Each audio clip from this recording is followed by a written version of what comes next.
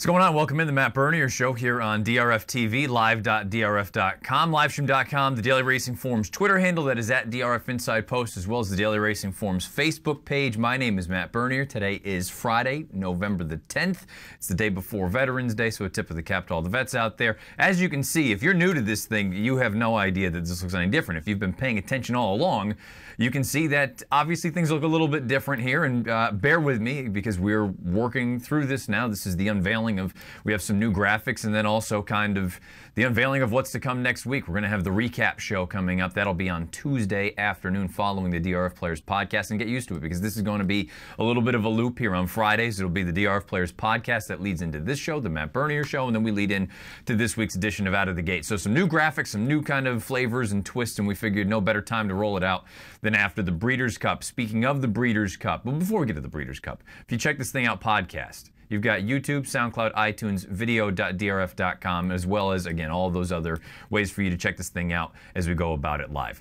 Back to the Breeders' Cup. It's still top of mind. It just happened a few days ago, less than a week ago, really, if we're talking about the Classic, and that's where we're going to start. We're going to start off with the big horse, and the big horse now, we have to say, undoubtedly is, not Arrogate anymore, it's Gunrunner.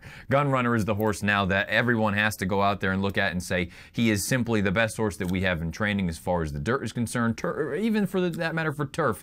As far as the world is concerned, I believe he is now the highest rated horse, and it's all on the heels of this Breeders' Cup Classic effort, a fantastic effort. Here's the stretch run. It looks like we're in for a classic in the Classic. An eighth of a mile to go. Gunrunner digs deep. He finds more collected. West Coast running on third, but Gunrunner the advantage. And Gunrunner is starting to draw clear the final 16. And Gunrunner, a superb performance in the Classic. Gunrunner won it by about 2.5 in the end, collected. Here is the horse profile. That is Mendelssohn. It's supposed to be Gunrunner. We can get that up there momentarily. There he is. Gunrunner, just shy of $9 million in career earnings at this point. And you see the connections. Bessalou Stable. Steve Asmussen, a tremendous training job with this horse all year long. Florent Giroux did nothing wrong right there. He pushed all the right buttons. And I know it's easy to say, well, you just went to the front with the best horse and you ran him off their feet. You took a stern test from a horse that we'll touch on momentarily. But you just look at what Gunrunner has accomplished this year in this stretch of races.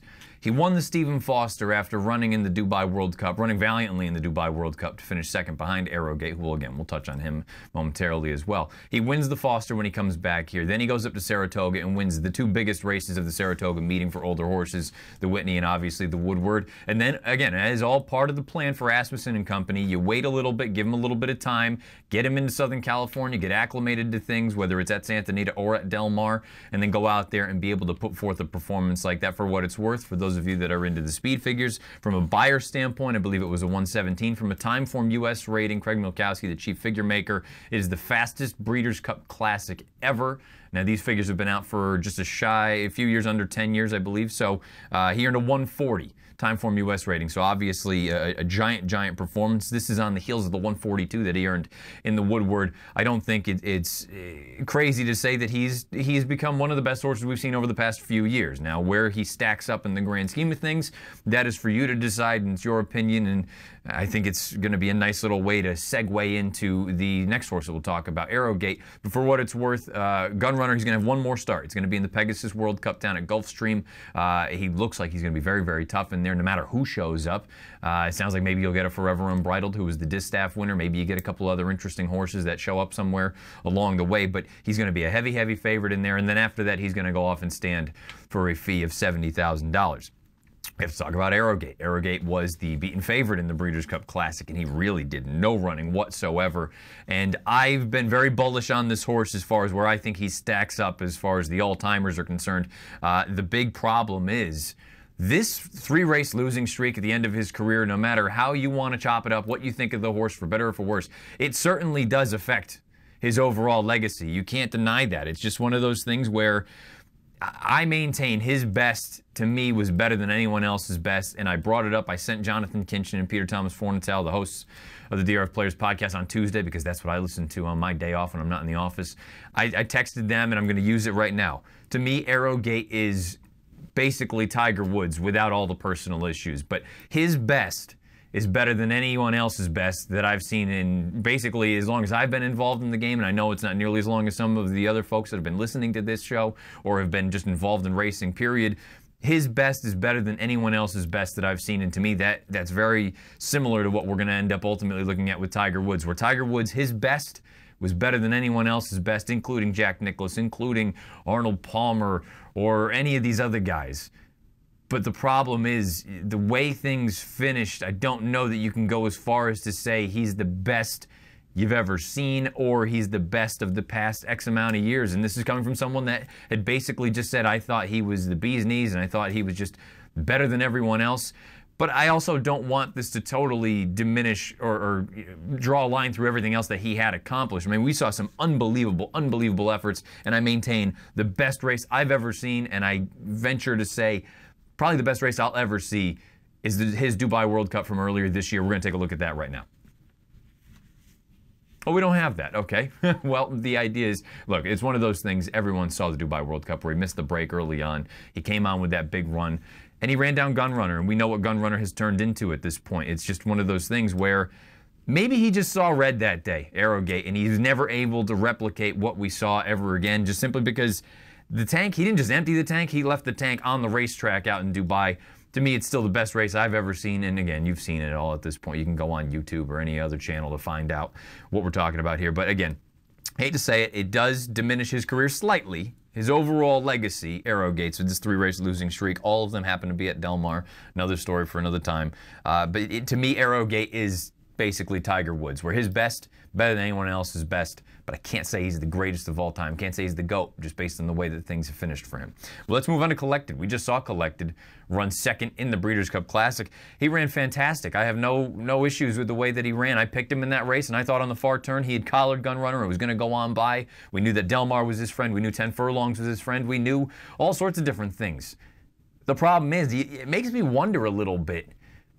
Was that an instance where you saw a really nice horse in Collected get broken by Gunrunner, where when he just turned him away, he said, no, flicked him away, and that was it? And you saw Collected. He was tired at the end. He ran his race, and so often we see some of these horses where when they get turned away, they're used to going on and just blowing the doors off of other competition. When they're not able to do that, maybe they don't come back the same way. It sounds like he's going to target a race like the Pegasus World Cup, and I have to be honest with you, I don't blame the connections whatsoever. That makes all the sense in the world. $16 million. I have no reason to think he's going to be able to turn the tables on a horse like Gunrunner based on what we had just seen. It was a home game for Collected, and he still wasn't good enough. Really nice horse. Probably the leading light in Southern California leading into next year as far as older horses right now are concerned. Does that mean that he's going to be able to kind of get over the hump and beat Gunrunner? I'd have a very hard time believing that. Fine effort. I think he's a really talented horse. I just can't envision him cooking it up and somehow turning the tables on Gunrunner, even if it is going to be at a shorter distance at 1 1/8 miles. I just feel like Gunrunner's a better horse. And I think we have to talk about the third place finisher in that race, the Breeders' Cup Classic. That was West Coast. West Coast is a 3-year-old, and I think he's the one that maybe we saw the beginning of the next leading light as far as the older horses are concerned. Arrowgate, by the way, is going to go off and stand for $75,000. We already said that Gunrunner is going to go off and stand for $70,000. West Coast may be the one, now that you lose Gunrunner and you lose Arrowgate and you lose some of these other horses that are going to go off and stand, you're going to get Collected back, and sure, he's a very talented horse, no denying that. But the steps and the progress that West Coast made as he got older throughout his 3-year-old campaign, and I could even argue that possibly his best race was the Breeders' Cup Classic, where again, he was no match for the top 2, but he ran his eyeballs out. That was a big effort from him. I still go back and think that his sort of real coming out party, I know he had won some other races prior to that, the Easy Goer, as well as Los Alamitos Derby. His coming out party was his win in the Travers, and we have that run right now. This is Larry Comas. We don't have it. Apparently we don't. I'm being told we do, and then we don't. It is what it is. Again, you've seen the Travers before. You saw his Pennsylvania Derby at Parks. I look at it and say, this is the horse as a 4-year-old, soon to be 4-year-old. Maybe he's the one that can take the step forward and move on into that sort of upper echelon, the low 1-teens as far as the buyers are concerned, maybe even the mid 1-teens or even the high 1-teens.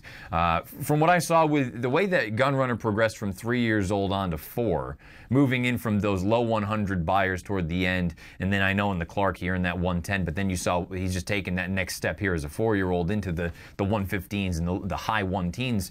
There's no reason to think that West Coast isn't capable of doing that. He's in the best hands with Bob Baffert. So if it's not collected on the West Coast, maybe it's West Coast on the West Coast. But to me, he feels like the kind of horse that you go over to Dubai with. He can go 1.25 miles. That's not going to be an issue for him. And then there's other big races, whether it's, you know, the Whitney or the Woodward. There are plenty of big prizes for a horse like West Coast leading into his 4-year-old campaign.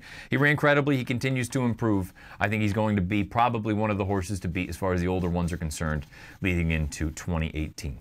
We're going to take a break here on the Matt Bernier Show. It's about 10 after 12 here on the East Coast. When we come back, we're going to talk about the 2-year-olds that we saw run in the Breeders' Cup over the past weekend. We're going to saw the juvenile, obviously, and then we're going to touch briefly on the juvenile turf as well, because there's an interesting runner there for Aidan O'Brien. Stay with us here on the Matt Bernier Show. You asked, we listened. DRF Plus has more flexible subscription options. Use DRF Plus Basic for exclusive news and analysis, including our DRF Live real-time news feed. Or go deeper with DRF Pro and unlock buyers, closer looks, picks, and reports, including the DRF Daily Game Plan. DRF TV viewers get 50% off the plan of your choice. Use code DRFTV50 at checkout. Learn more about the DRF Plus subscription plans at drf.com/plus.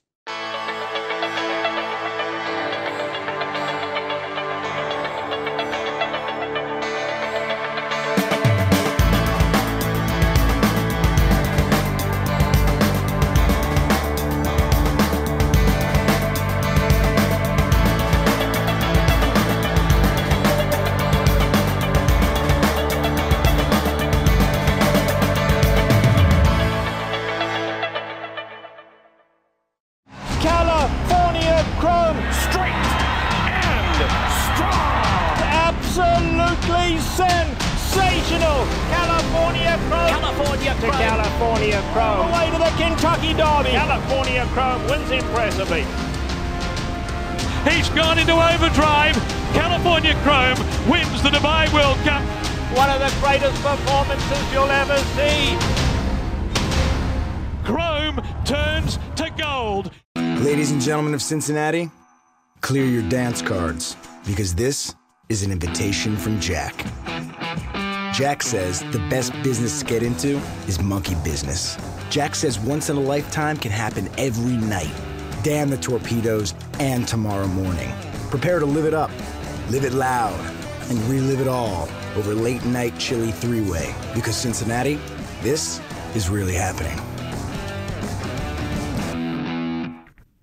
12:13 on the East Coast, 9:13 the West Coast, the Matt Bernier Show here on DRF TV. Let's dive into some 2-year-olds really quickly. Again, the Breeders' Cup just happened this past weekend, but we saw some big performances and some big horses that we need to discuss. Let's start off with the Breeders' Cup Juvenile, simply because that's sort of the hopeful division, the division that maybe we find out next year, the 3-year-olds that could move on and ultimately contest the Triple Crown, run in races like the Derby, the Preakness, the Belmont, and then obviously as we go on throughout the year, the Travers, and hopefully culminate in races like the Breeders' Cup Classic and the Breeders' Cup Dirt Mile.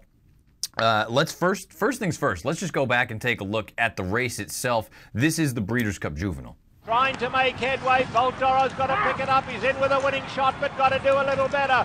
Homeward bound, and Good Magic gets the lead. And it's the maiden Good Magic making the rest of them look like maidens. It's Good Magic absolutely drawing clear to win in scintillating style. Good Magic gives Jose Ortiz the win. Solomini was second. Good Magic breaks his maiden in the Breeders' Cup Juvenile. You see that he is a winner now from one of his 3 lifetime starts. He's run second on 2 other occasions. Over $1.2 million in earnings. You see the connections, Chad Brown, Jose Ortiz. This was a big league effort from this horse. He earned a 100 Beyer speed figure. The other thing to keep in mind, you take a look at that pedigree. Curling out of a hard spun mare. Distance is only going to be his friend. I'll admit, I picked him second. I didn't think there was a way that he could improve enough and then also have Bolt Doro take enough of a step back to make up the lengths in the ground. But guess what? He did just that, and it was a fantastic effort. This horse, it looks like the potential is just off the charts for him. And look, I mean, it's just one of those things where he could easily end up being the best 3-year-old here in a few months. The problem now is it seems like, well, he's not everyone knows now that he's one of the best horses that we've got. And I think, to me, the Juvenile is really the one where the top three, those are the horses that you want to keep an eye on going forward, because it looks like all three of them are quality. Like, all of them could be something quite good. Good Magic, again, he's got the pedigree, he's got the connections, the 100 buyer speed figure, a 118 time form US rating. There's really nothing to knock about this horse. I think he's got a ton of potential, and it wouldn't shock me at all if he was a horse at the first Saturday in May, was one of the favorites. Again, he's in great hands, he's got great connections, and he looks like he could be the goods. The third place finisher in the Juvenile was Bolt Doro. He was a heavy favorite. I believe he was 7-10 when it was all said and done. I don't think he loses anything in defeat. And I know a lot of people have said, well, you know, he must have bounced, and obviously he's just not quite what we had seen in that front runner. I think that's complete garbage. I think the way that he ran, considering he had that outside post, or the outer posts anyway, and he was hung wide on the first turn, hung wide down the backside, and hung wide on the far turn, and he still stayed on. I have to be honest, to me that was just as impressive as his front runner, as his Del Mar Futurity, as his maiden score. He's had a lot thrown at him in a short amount of time. He's checked all the boxes, and anybody that's now saying, well, he must not be, he's probably not as good as we thought he was, and now Good Magic all of a sudden is just the greatest thing since sliced bread, to me, that is classic, you know, everyone talks about the whole recency bias. Just because he lost the race doesn't mean that Good Magic is a better horse. Now, I'm not suggesting that down the road Good Magic doesn't turn into the better horse, but right now I still think Bolt Doro is the best 2-year-old that there is right now, and it's going to bring up a very interesting sort of discussion and conversation as far as champion 2-year-old is concerned, because so much onus is put on winning the Breeders' Cup. I have to be honest, the horse broke his maiden Good Magic in this race. Sure, he did it in convincing fashion, he did it in fast time, and he looks like he's the goods. But that's also completely diminishing and throwing out what Bolt Doro did. Bolt Doro ran third in the Juvenile. He won a Grade 1 at Santa Anita, the front runner. He won a Grade 1 at Del Mar in the Futurity. He's won sprinting. He's won routing. I have to be honest, right now, if maybe my opinion will change over the next handful of weeks before the Eclipse Awards need to be voted on. To me, I still think Bolt Doro is champion 2-year-old, even though Good Magic won the Juvenile. And we also need to touch on the runner-up in the Juvenile. That's Solimini. Solimini is the interesting one. I wonder if he's going to be a little bit under the radar coming out of this, because the big two everybody's talking about and everybody loves. Solimini's the kind of horse, he has that pedigree that suggests that distance and additional racing is going to be a major benefit for him. He hasn't been embarrassed by either one of the top two, whether it's Bolt Doro or Good Magic in this spot. Obviously, he hasn't been any match for them, but it's not like he's getting his doors blown off. I wonder if he's going to be the one long-term that ultimately get him some more racing, some more seasoning. Again, he's another one. They've thrown a lot out in a short amount of time. I think he's a nice horse. Again, pedigree is there, connections are there. Solimini may be just as good as the other two, and it's exciting to see, especially on the heels of this past 3-year-old season, where it just seemed like it was a merry-go-round and they just took turns beating one another and there was no consistency. Maybe there's not going to be any consistency next year either, but right now it looks like these 3 2-year-olds are superior to what we had for 2-year-olds last year. And I know that we had Classic Empire, and I know that we had Not This Time. Unfortunately, we lost Not This Time because of an injury, and he's off getting ready to stand and be a sire. Classic Empire is now also off to be a sire as well, but I just feel like these 3 horses, they could all be quite good. And there's some other runners in the Juvenile that it wouldn't shock me if ultimately they turn out to be something as well. Just because the Juvenile on dirt is the one that takes all sort of the headlines, I think we have to acknowledge the Juvenile turf, because there's a really interesting runner that won that race. This is Mendelssohn winning the Juvenile turf on Friday. Tame Domain running on, homeward bound, and at Sands of Marley, Mendelssohn hooks off the rail, and here comes Mendelssohn with a powerful run now down the centre of the track. Untamed Domain is running on gamely as well, and Voting Control comes late, but Mendelssohn in full flight for the wire, and Mendelssohn will go all the way. Mendelssohn and Ryan Moore have won it. Untamed Domain was second, Voting Control was third.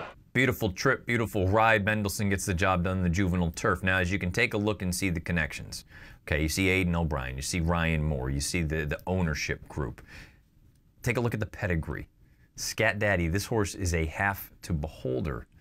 If you've been living under a rock, you don't realize that. But this is a half to beholder. He cost $3 million back when they bought him. And to me, anyway, the reason I'm even bringing him up, it sounds like Aidan O'Brien has said, you know what, there's a real opportunity here that we could train toward the race like the Kentucky Derby. Now, also keep in mind, Now there is sort of the European path to the Derby, where they have, similar to the Japanese road to the Derby, where they have points races, and obviously it feels like Aidan O'Brien is the guy that is most suited for getting a horse ready to go for a race like the Kentucky Derby. The only reason I even bring Mendelssohn up, he has that pedigree, and to me, he is the best opportunity. If you don't believe that those kind of horses can come over here from Europe and run in a race like the Derby, that's your prerogative. I'm not going to try to convince you otherwise.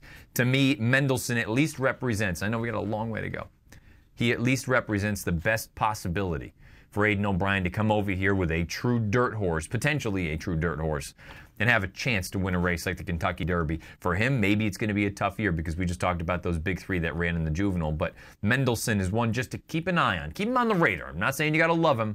Keep him on the radar as we get closer and closer to Derby time for Aidan O'Brien and the folks over, the Coolmore folks over in Europe.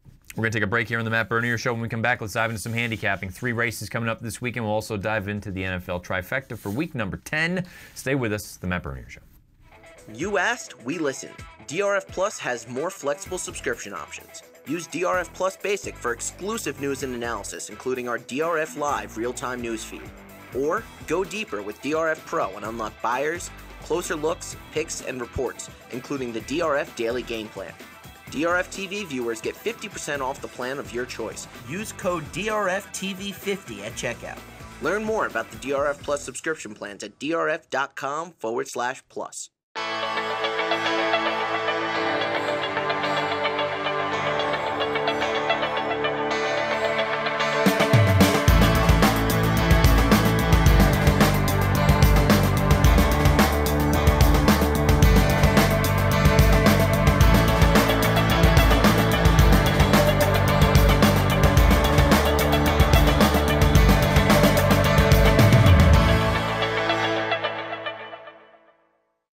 California Chrome, straight and strong, absolutely sensational. California Chrome, California Chrome, away to the Kentucky Derby. California Chrome wins impressively.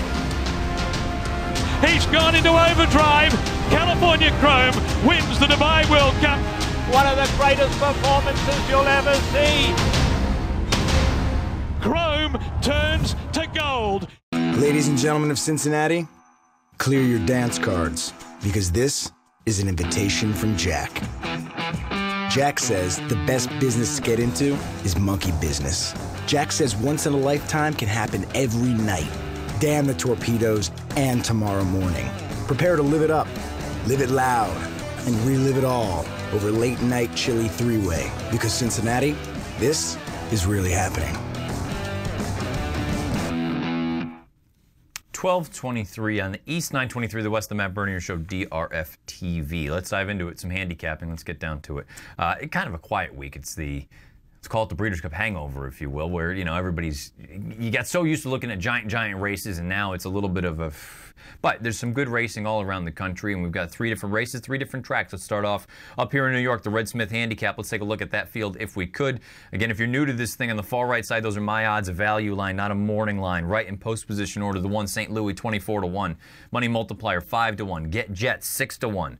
Memories of Peter, 32-1. Oscar nominated, 7-1. Turco Bravo, MTO, doesn't matter, throw them out. Spring Quality, 16-1. Soluble, 32-1 as we move over to numbers 9 through 12. Hunter O'Reilly, 8-1. Call Provision, 6-1. Tricked Up, 49-1. Messy, 6-1. I kind of look at this race and say it's one of those things where I don't love anybody in here. I think they're all nice horses. I don't think there are any superstars, though. And there's a part of me that looks at it and says, based on the trips that he's had recently, Messi might be the horse to go with. So that's where my pick ultimately goes. We're going to end up going here with Messi in this spot. And again, this is a little bit of a new wrinkle here for this show. We had to change it up a little bit. We're going to give a pick and then potentially some sort of a wager. Again, because this is nothing more than an action play. I don't love Messi by any stretch of the imagination. I'll play him to win a small $10, $20. And again, you change this based on whatever you play. If you play smaller, you play 10 times bigger. That's on you. I'm just throwing out there some sort of a basic unit, just an idea to give you what I kind of think as far as a true opinion of the race. Messi, to me, he'd be worth a $10 win wager at odds of 6-1 or greater. I don't know if I'm going to get that outside post. Obviously, there's a little bit of a concern, but I do think you look at the rest of this field, there's no killers in here. This is a race that could go 15 different ways in a 12-horse field. My pick is going to be Messy, and I'll have a little bit of an action wager on him, $10 to win. Let's move on to the next race. We go on over to the Commonwealth Turf. Let's take a look at that field if we could. This is going to be down underneath the Twin Spires at Churchill Downs Saturday afternoon. Here is your field. I got to be honest, there's not a heck of a lot to say here. There is one horse that's going to be an overwhelming favorite, and we'll just go right in post position order. Number 1 is Charmel Shake, 32 to 1. My Barely, 19 to 1. Mr. Cub, 13 to 1. Parlor, 10 to 1. Gorgeous Kitten, 10 to 1. Mr. Misunderstood, 7 to 5. Tis a Slam, 9 to 2. Giant Payday, 10 to 1. I look at this race and say, what else is there to say? Mr. Misunderstood is just strictly the horse to beat in this spot. He lays over the field as far as figures are concerned, and the way that he's coming into the race, he just looks like so much the horse to beat. He's not going to be 7 to 5. If he is, there's a major, major problem. That's a red flag. Something to just always keep an eye on when it comes to wagering. Horses that are supposed to take a ton of money, when they're a little bit chilly on the board, that's usually not a good sign. To me, he's going to get hammered. I wouldn't be surprised if he goes off at 2 to 5. I believe he's 4 to 5 on the morning line. So the question now becomes, how do you make a little bit of scratch if you're going to play this race at all? To me, the pick is obviously Mr. Misunderstood. I just think he's way the horse to beat. But if I'm looking to do something, I want to hook him up in an exacta with the horse underneath that maybe can infuse a little bit of value. That horse for me is going to be Gorgeous Kitten. I feel like Gorgeous Kitten is the kind of horse that most recent run-up at Woodbine, he doesn't want to be out there on the lead. He's a little bit of tactical speed, but being on the lead, that doesn't do him any good. Woodbine, the surface, maybe he really didn't love that. And then you can go through his PPs, and you see, well, you know, he's been going 1.25 miles, 1 mile and 5/16, Kentucky Downs, a couple of other places. Last time you got him to one of these distances, 1 mile 16th, 1 mile and 1/8, he ran second in the Arlington Handicap, and he ran just fine. That's all I want him to do in this spot. I don't want him to win. I want him to just run well enough that you can round out an exacta. To me, it would be as simple as a $10 exacta, play Mr. Misunderstood on top, Stone Cold, underneath, use a horse like Gorgeous Kitten. Maybe you can infuse a little bit of value. Again, in the numbers, they're just sort of baselines, guidelines. If you play for less, if you play for more, if you play for whatever you want. It's just kind of giving you an idea, my emphasis, my sort of confidence and conviction in some of these plays. So $10 straight exacta for me in the Commonwealth Turf. That would be Mr. Misunderstood over Gorgeous Kitten. Let's go to the third and final race for this coming Saturday anyway, that we're going to go over here. We'll go out back to Del Mar. I was just there a handful of days ago. Let's take a look at the field for the Bob Hope. It's a small field. It's a very, very small field, but I think you got some nice runners in here. Field of 6. Number 1 is Gravitos. 8 to 1, excuse me. Mourinho, 9 to 5. Runaway, 2 to 1. Here is Happy, 13 to 1. Beautiful Shot, 10 to 1. Italiano, 16 to 1. Here is where you'll see that I have a little bit of a stronger opinion in here. Now, obviously, I've made him my sort of value line favorite. He might be the favorite when it comes post time. That is Mourinho. I think Mourinho is a very, very talented horse. His most recent race, he got absolutely cooked on the front end. He ran his eyeballs out, put away the other speeds, and just got run down late.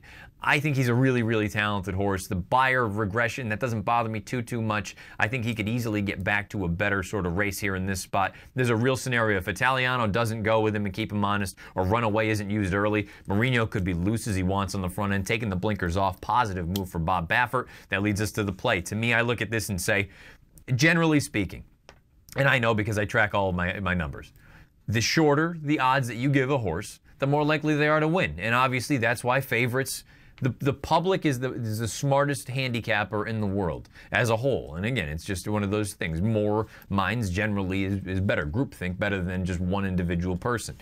So when I make a horse like Mourinho 9 to 5, I really kind of think, based on all my numbers that I've got in my database, that, you know what, 9 to 5, he is a likely win candidate. That's why I would play him to $50 to win. If I can get 2 to 1 on this horse and just try to double up, I would take my shot here. I think he's got a big, big chance in this spot, particularly, again, if Italiano doesn't push him early on, I think Mourinho could be loose as he wants on the front end. The pick is Mourinho, $50 to win at odds 9 to 5 or greater. Let's move on to the NFL trifecta for week number 10. Now, we've had a couple of weeks where I haven't been all in on it simply because I've been at Del Mar and I've been traveling and I was off for a week. So 2 weeks there haven't been picks. So that's why the numbers don't totally add up. But here we are, year to date. I know it's not fantastic, 9-11-1. We're working our way back into things. We're going to hopefully get back over 500 this weekend. The 3 games that I chose: the LA Chargers at the Jacksonville Jaguars. The Jags are laying 3.5. To me, I kind of look at it and say the Jaguars are just a superior team. The Chargers are the Chargers. They're always going to be the Chargers. Phillip Rivers is going to go out there. He's going to have pretty solid numbers, but really when you watch the game, you look at it and you go, you're just kind of a guy that's going to get numbers. I've never thought of Phillip Rivers as a true winner. I've never loved Melvin Gordon, if we're being honest. Jacksonville, I understand you got to maintain some discipline. Leonard Fournette, you're going to sit him last week just because he didn't take the team picture and he was late to a couple of meetings. You're Jacksonville still.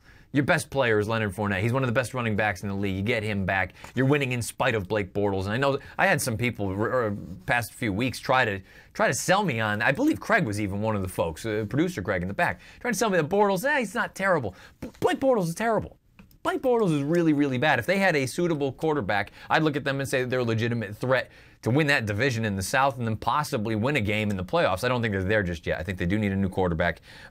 So that game, to me, I just kind of look like it's pretty straightforward. I think Jacksonville's just a better team than the Chargers are. The Minnesota Vikings at the Redskins. Washington getting 1.5 points at home.